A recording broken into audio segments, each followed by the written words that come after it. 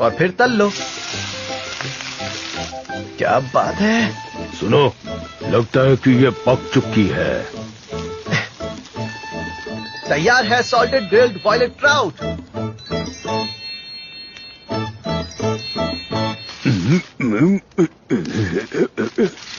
अरे ऐसे नहीं, पहले इसका फॉइल तो निकाल लो।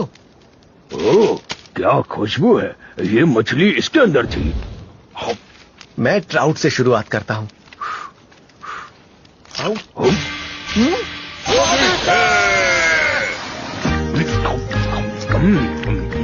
ये कुरकुरा भी है और टेस्टी भी, मजा आ गया। एक मिनट, हमारे पास ये भी है, ड्रिंक शार्क कैन।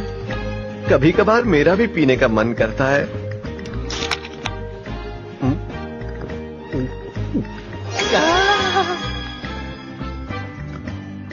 ये